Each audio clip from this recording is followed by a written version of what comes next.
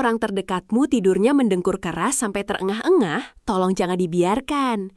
Banyak yang mengira mendengkur adalah tanda tidur yang pulas. Padahal, menurut edukasi kesehatan, ini bisa jadi alarm bahaya bahwa jantungnya sedang berjuang sangat keras mencari oksigen di malam hari.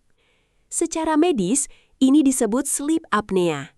Saat mendengkur keras, otot tenggorokan mengendur dan menyumbat jalan napas.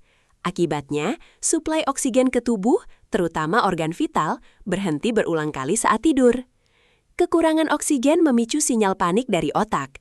Jantung dipaksa memompa lebih cepat, tekanan darah melonjak drastis.